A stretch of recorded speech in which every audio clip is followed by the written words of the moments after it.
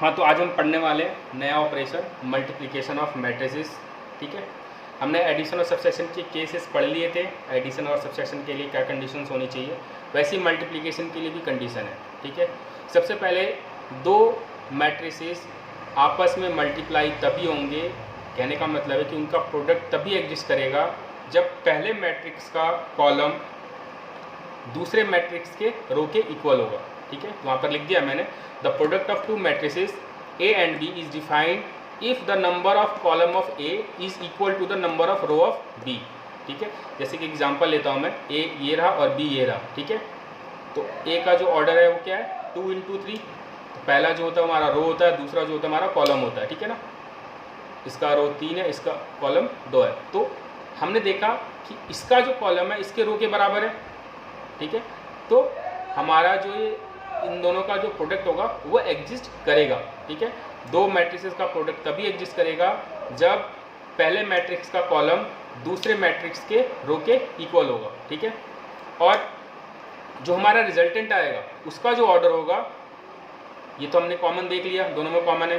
ठीक है, ये इसी ऑर्डर के हिसाब से हमने इसको मल्टीप्लाई किया है, तो जो बच गया हमारा वो क्या होगा, इसका रिजल्टेंट का ऑर्डर होगा, यानी पहले मैट्रिक्स का रो और दूसरे मैट्रिक्स का जो कॉलम का ऑर्डर होगा वही लिखेंगे। ठीक है ना, 2 into 2।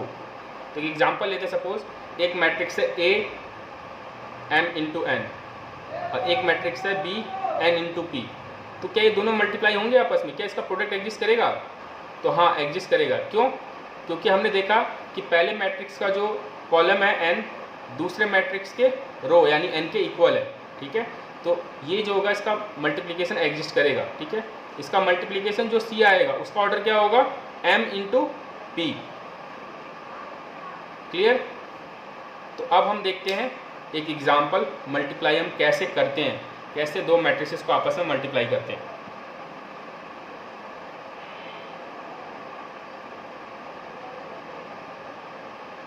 तो सपोज हमारे पास कोई एक मैट्रिक्स है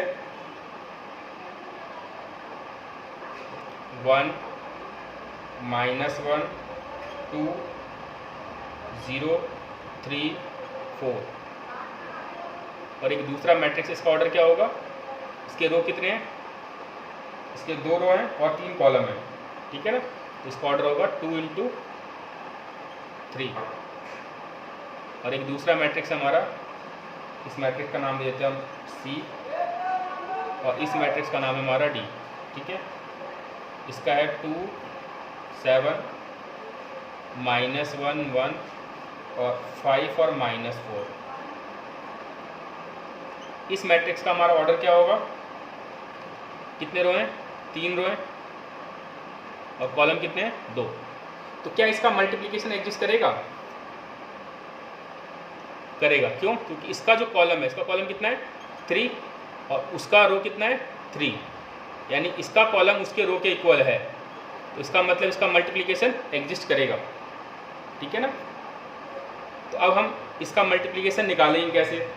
ठीक है, तो ध्यान से देखना, इसका मल्टीप्लिकेशन हम कैसे निकालते हैं, समझा रहा हूँ मैं। CD जो होगा कैसे आएगा, लिखते हैं हम पहले 1 -1 2 0 3 4 और जो D हमारा 2 7 -1 1 5 और -4। सबसे पहला स्टेप, इसका रो इसके कॉलम से मल्टीप्लाई होगा। ठीक है ना, ऐसे होगा ये, एक बार ये पूरा इस पूरे के साथ मल्टीप्लाई होगा, फिर यही पूरा इस पूरे के साथ मल्टीप्लाई होगा। ठीक है, मैं दिखाता हूँ कैसे। अब एक बार 1 2 के साथ मल्टीप्लाई हुआ, ये इसके साथ मल्टीप्लाई हुआ, दूसरा वाला नंबर इसके साथ मल्टीप्लाई होगा, फिर 2 किसके साथ मल्टीप्लाई होगा, 5 के साथ।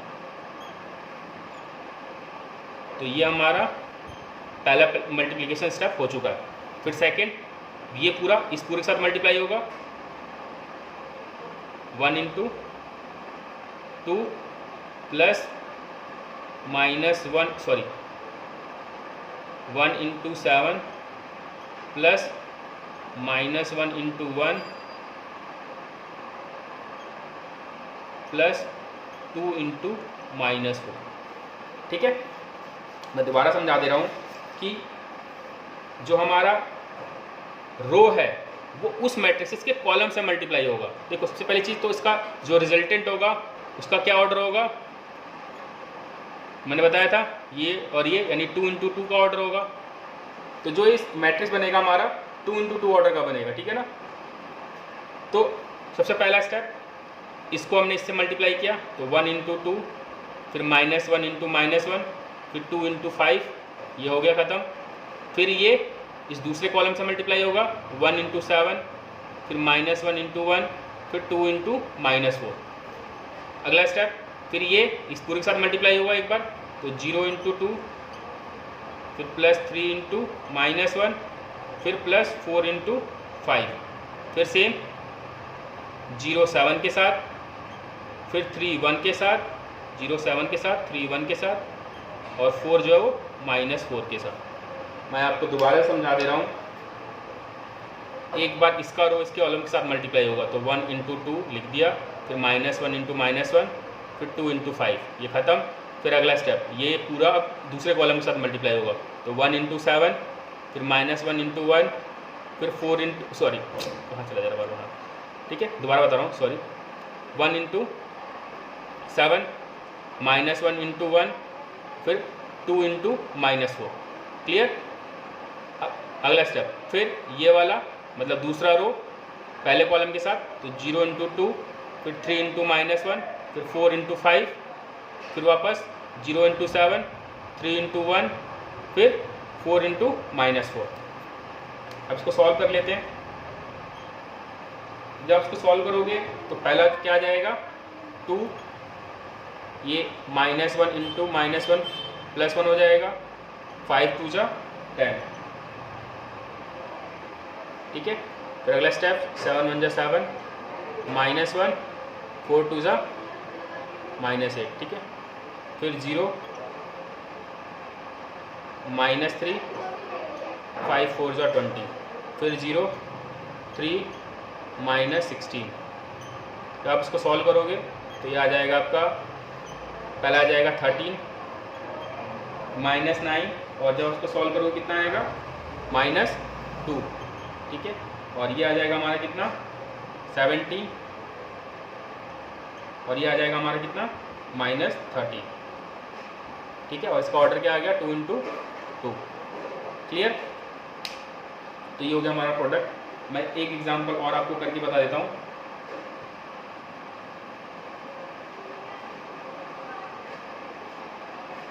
ये एग्जांपल नंबर 12 है।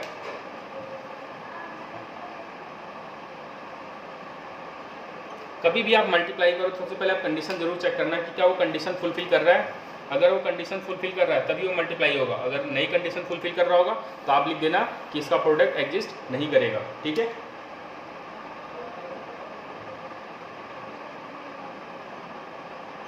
सिक्स 9 2 3 बी हमारा 2 6 0 और 7 9 8। इसका हमने ऑर्डर देखिए कितना है 2 × 2, और इसका ऑर्डर कितना है 2 × 3। तो हमने देखा कि इसका जो कॉलम है इसके रो के इक्वल है, ठीक है। कॉलम जो है इसके रो के इक्वल है, इसका मतलब इसका मल्टीप्लिकेशन एग्जिस्ट करेगा, ठीक है। तो हम ए भी निकालते हैं।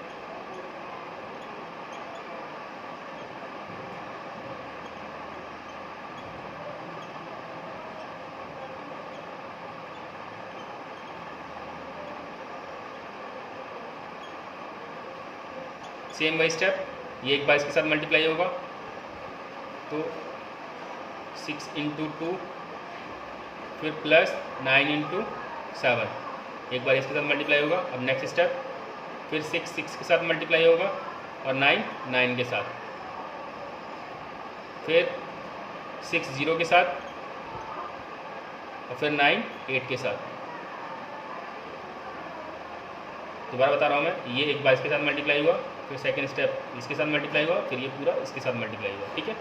अगला फिर 2 2 के साथ, 3 7 के साथ, फिर 2 6 के साथ, 3 9 के साथ, फिर 2 0 के साथ, और 3 8 के साथ, ठीक है। तो ये आ गया 6 2 जा 12, 9 7 जा 63, 6 6 जा 36, 9 9 जा 81 और ये 0 प्लस 72 और ये 4 प्लस 21, 12 प्लस 27, 0 प्लस 24। इसको जब आप सॉल्व करोगे तो ये आएगा हमारा 75, 117, 72, 25, 39, 24, ठीक है। और हमने पढ़ा था क्या कि जो रिजल्टेंट होगा ए बी, उसका ऑर्डर क्या होगा, इसका रो और उसका कॉलम, ठीक है ना, यानी 2 into 3 का ऑर्डर आएगा। तो अपने देखा यहाँ पर कि 2 into 3 है इसका ऑर्डर भी, और हमारा ये सही है, ठीक है। अब आते हैं एक और एग्जाम्पल, ठीक है।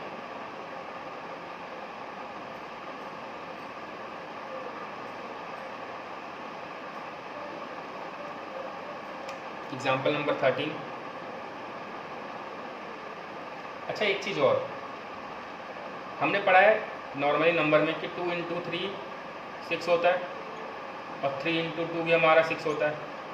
नंबर्स का मल्टीप्लिकेशन तो इक्वल आता है, लेकिन कभी भी मैट्रिसेस का मल्टीप्लिकेशन, यानी अगर मैं a into b निकालता हूँ और b into a निकालता हूँ, वो कभी बराबर नहीं होगा, ठीक है ना। वो सिर्फ एक ही कंडीशन में बराबर होगा, मैं अभी बताऊँगा आपको कंडीशन, ठीक है। अदरवाइज कभी इक्वल नहीं होगा। आप सोचो कहीं कि a into b और b into a हमेशा बराबर होगा, ऐसा नहीं है, ठीक है। तो हम अभी इसी को वेरीफाई कर लेते हैं कि एग्जाम्पल के थ्रू देख लेते हैं। ये सपोज हमारे पास कोई मैट्रिक्स है A, एग्जाम्पल नंबर 13 में दिया हुआ है। A मैट्रिक्स है हमारे पास 1 -2 3 -4 2 5 और B एक मैट्रिक्स दिया हुआ हमारे पास 2 3 4 5 2 1। तो अगर मुझे ए बी निकालना है तो सबसे पहले मुझे कंडीशन देखनी पड़ेगी कि क्या इसका रो उसके कॉलम के इक्वल है। मैंने देखा इसका ऑर्डर कितना है 2 into 3 और इसका ऑर्डर है हमारा 3 into 2। तो इसका कॉलम उसके रो के इक्वल है, ठीक है, यानी कॉलम जो है वो रो के इक्वल है, इसका मतलब इसका मल्टीप्लिकेशन एग्जिस्ट करेगा, ठीक है ना। तो हम ए बी निकालते हैं।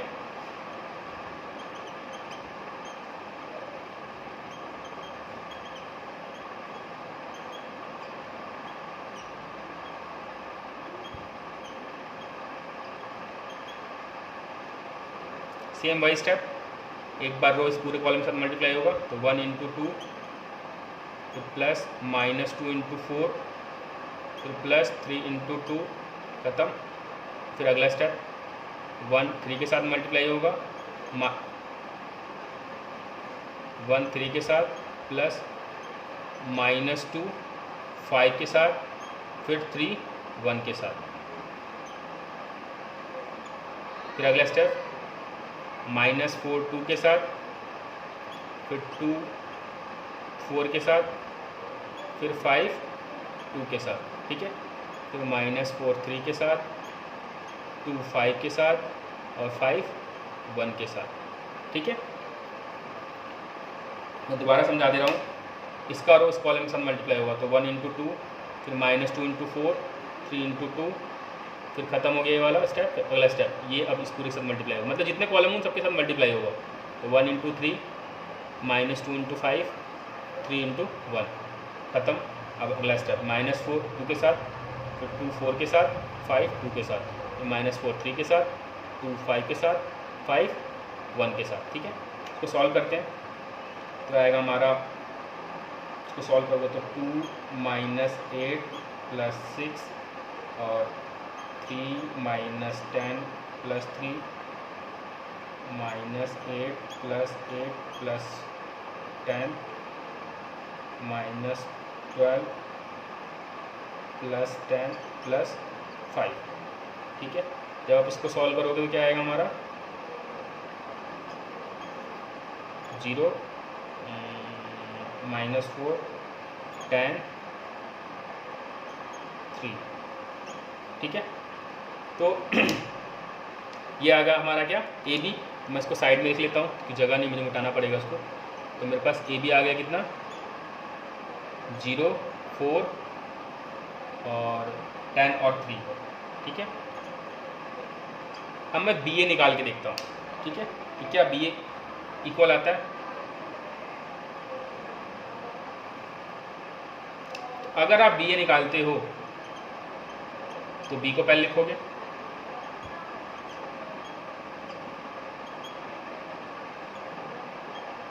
फिर इसका ए को,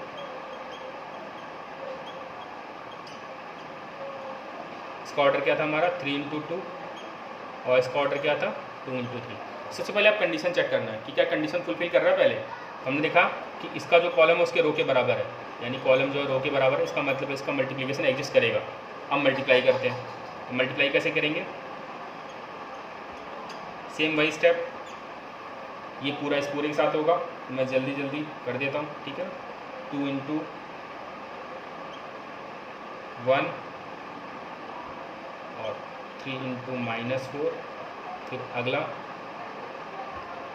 2 × -2 और 3 × 2, फिर अगला 2 × 3 + 3 × 5, ठीक है।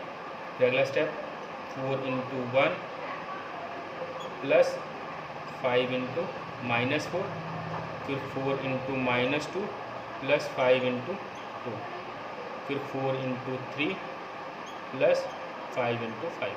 फिर अगला स्टेप 2 × 1 + 1 × -4, फिर 2 × -2 + 1 × 2, फिर 2 × 3 + 1 × -1 × 5, ठीक है। तो अब इसको सॉल्व कर लेते हैं। इसको जब आप सॉल्व करोगे तो आएगा 2 - 12, सॉरी मार्कर एक बार चाहिए, 2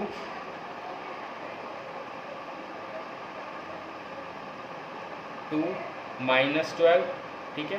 फिर -4 + 6, फिर 6 + 15, फिर 4 - 20, फिर आएगा -8 + 10, फिर आएगा हमारा 12 + 25, फिर आएगा हमारा 2 × -4, फिर -4 + 2 और ये आ गया 6 + 5। तो जब हम सॉल्व करेंगे तो क्या आएगा हमारा -10, 2, 21, -16, 2, 37, -2 और 11, ठीक है। इसका ऑर्डर आपको पता है 3 × 3 का आएगा। तो हमने यहाँ पर देखा कि ए बी जो है वो बी ए के इक्वल नहीं है, A B is not equal to B A, ठीक है। तो ऐसा नहीं है कि ए बी को जो आप बी ए से ए × बी करो चाहे बी × ए करो हमेशा बराबर आएगा, ठीक है। ये सिर्फ एक ही कंडीशन में बराबर आएगा और वो कंडीशन है हमारा जब वो मैट्रिक्स हमारा क्या होगा, डायगोनल मैट्रिक्स होगा, ठीक है। डायगोनल मैट्रिक्स क्या होता है, इसके डायगोनल में नॉन जीरो एलिमेंट होते हैं, बाकी जीरो होते हैं। मैं इसका एग्जांपल दिखा देता हूँ।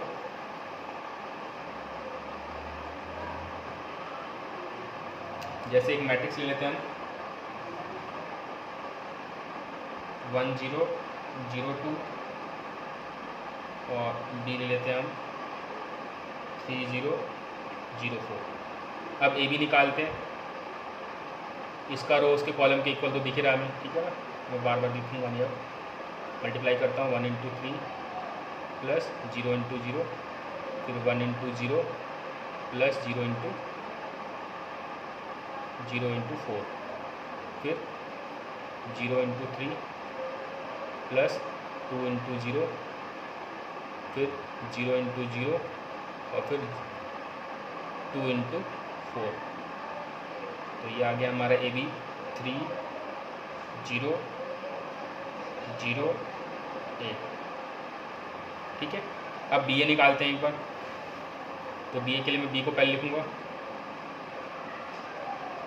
और ए को बाद में, ठीक है। मल्टीप्लाई करते हैं, यहाँ पर कॉलम और रो इक्वल ही है तो मैं देखने की ज़रूरत नहीं है। 3 × 1, फिर 0 × 0, फिर 0 × 0, सॉरी 3 इंटू 1 हो गया, 0 इंटू 0, ठीक है। फिर 3 इंटू 0, फिर 0 इंटू 2, फिर 0 इंटू 1, 4 इंटू 0, फिर 4 इंटू 0, सॉरी 0 इंटू 0 और 4 इंटू 2। दोबारा बता रहा हूँ, इसको हमने इसके साथ मल्टीप्लाई किया, 3 इंटू 1, 0 इंटू 0, फिर 3 इंटू 0, 0 इंटू 2, फिर 0 इंटू 1, 4 इंटू 0, 0 इंटू 0, 4 इंटू 2, ठीक है। तो ये आ गया हमारा 3 0 0 8, ठीक है। तो ये हमारा बी ए जो है ए बी के इक्वल आ गया। ए बी बी ए के इक्वल जब ही होगा जब दोनों मैट्रिसेस क्या होंगे, हमारे डायगोनल मैट्रिसेस होंगे, ठीक है ना, अदरवाइज कभी भी इक्वल नहीं होगा, ठीक है। अब आते हैं नेक्स्ट प्रॉपर्टी।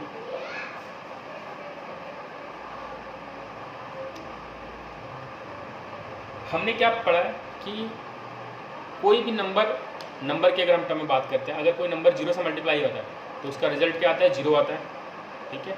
लेकिन मैट्रिक्स के केस में ऐसा नहीं है, ऐसा नहीं है कि अगर एक कोई मैट्रिक्स 0 है और आप उसको मल्टीप्लाई करते हो तो 0 आएगा, ठीक है। उस केस में तो आएगा 0, कि अगर मान लेते हैं हमारे पास एक मैट्रिक्स ए है 0 0 0 0 और एक मैट्रिक्स है बी 3 0 0 2, ठीक है। हम इनको मल्टीप्लाई करते हैं, ठीक है, 1 2 3 4।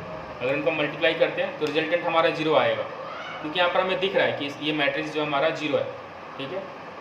लेकिन ऐसा नहीं है कि अगर इसकी जगह हमने कोई दूसरा मैट्रिक्स ले लिया 0 1 3 0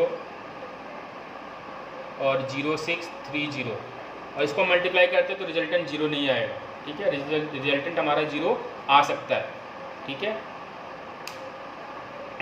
तो हम इसका वेरिफिकेशन एक बार देख लेते हैं, ठीक है। एक सेकंड में इंक भर लेता हूँ जब तक। तो हम इसका एग्जांपल देखते हैं। एक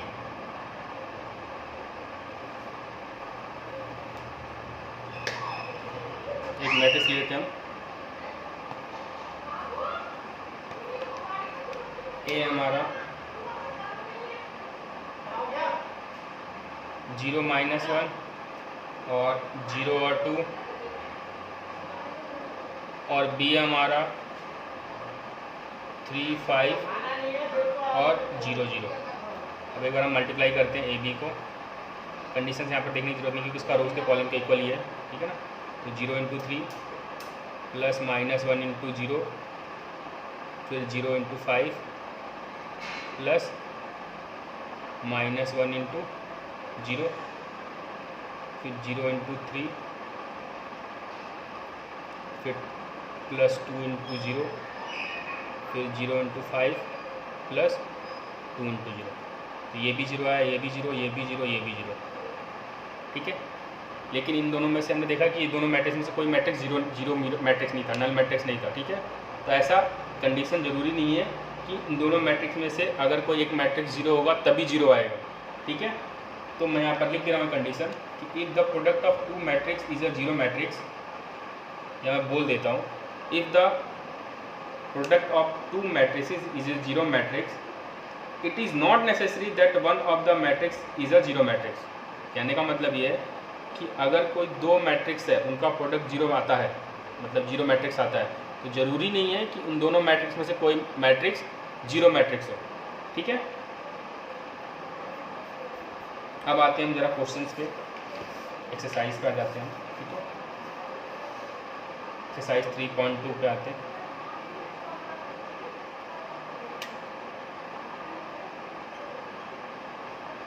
पहला क्वेश्चन दिया हमारे पास, ए दे रखा है 2 4 3 2, बी दे रखा है हमारे पास 1 3 -2 5 और सी दे रखा है हमारे पास -2 5 और 3 4। और इसने कहा निकालो a प्लस बी, ठीक है। a प्लस बी निकालने के लिए मैंने बताया था कि एडिशन तभी होता है जब दोनों का ऑर्डर सेम होना चाहिए। तो हमने देखा ए का जो ऑर्डर है वही ऑर्डर बी का भी है, तो इसका एडिशन एग्जिस्ट करेगा, ठीक है ना। हम ऐड कैसे करते थे, कॉरेस्पॉन्डिंग एलिमेंट ऐड होते हैं, ठीक है ना।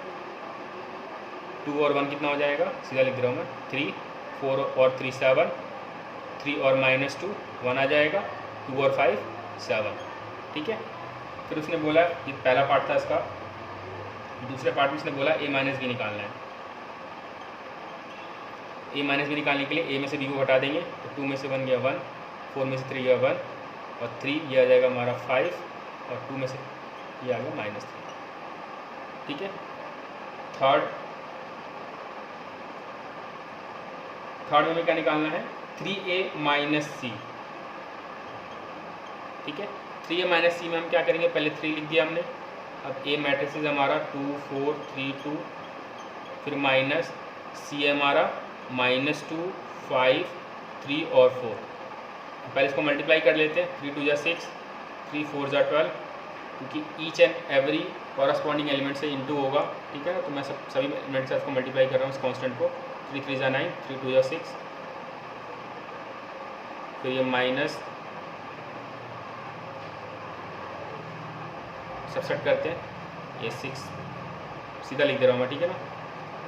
चेक कर देता हूँ, 6 माइनस माइनस प्लस हो जाएगा ये,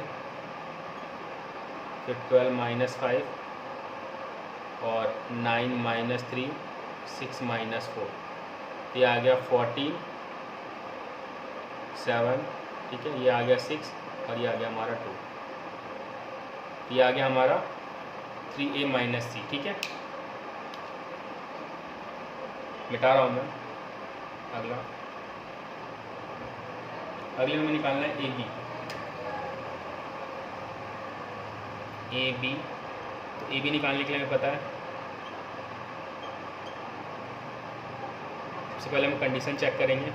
तो कंडीशन के अकॉर्डिंग ये कहता है कि इसका रो उसके कॉलम के इक्वल होना चाहिए, सॉरी उसका कॉलम इसके रो के इक्वल होना चाहिए। तो इसका कॉलम, इसका ऑर्डर 2 × 2, इसका भी ऑर्डर 2 × 2, इसका कॉलम इसके रो के इक्वल है, तो इसका मतलब इसका मल्टीप्लिकेशन एग्जिस्ट करेगा, ठीक है। तो हम इसका मल्टीप्लाई करके देखते हैं कैसे मल्टीप्लाई होगा, आपको पता ही है।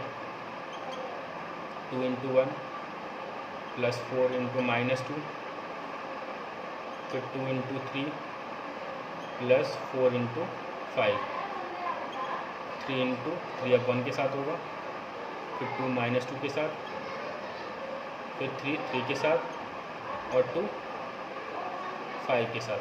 तो ये आ गया 2 - 8 6 + 20 3 - 4 9 + 10।